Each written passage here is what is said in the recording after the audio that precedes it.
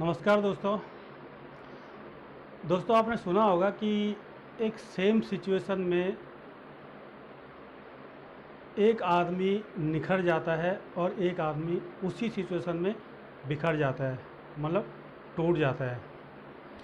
दुनिया में प्रॉब्लम सबको होती है, समस्याएं सबकी लाइफ में होती है।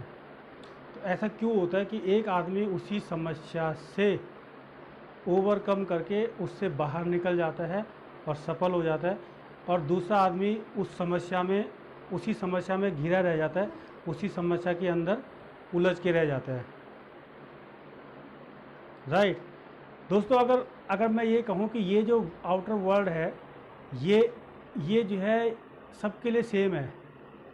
लाइफ में प्रॉब्लम है, सबके लाइफ में प्रॉब्लम है। राइट, इस प्रॉब्लम पे आप कुछ काम नहीं कर सकते हैं। ये प्रॉब्लम सारी दुनिया के लिए सेम है, आपके लिए भी सेम है, मेरे लिए भी सेम है, दुनिया के सारे लोगों के लिए ये प्रॉब्लम सारी सेम है। लेकिन अगर इस प्रॉब्लम के अगेंस्ट मेरी सेल्फ इमेज ये है, फिर क्या होगा?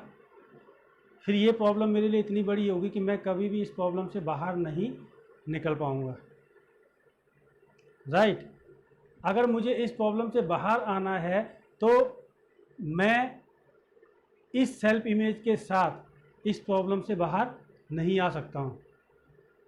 इसके लिए मुझे क्या करना होगा? मुझे अपनी सेल्फ इमेज बढ़ानी होगी, और जैसे जैसे मुझे सेल्फ इमेज बढ़ेगी, अपने आप पे कॉन्फिडेंट बढ़ेगा, ऐसे ऐसे मैं इससे बाहर आ सकता हूँ।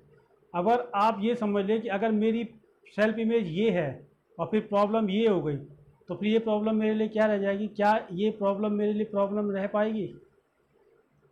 फिर ये प्रॉब्लम मेरे लिए अपॉर्चुनिटी बन जाएगी, और मैं इस प्रॉब्लम को ओवरकम करके और अपनी लाइफ में सफल हो सकता हूँ।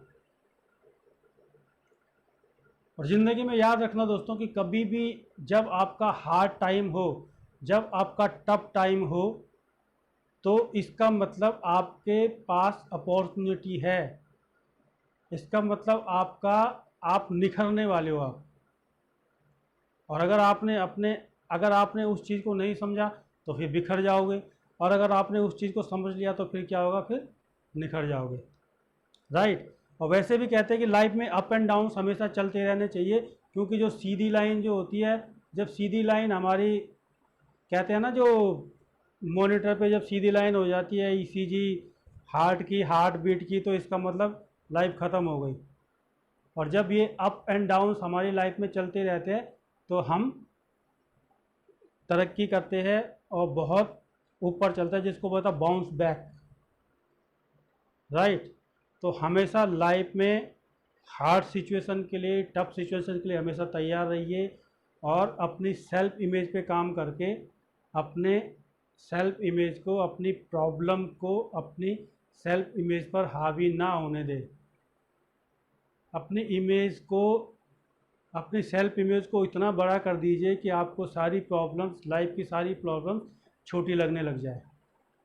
Right, so thanks for watching, thank you so much.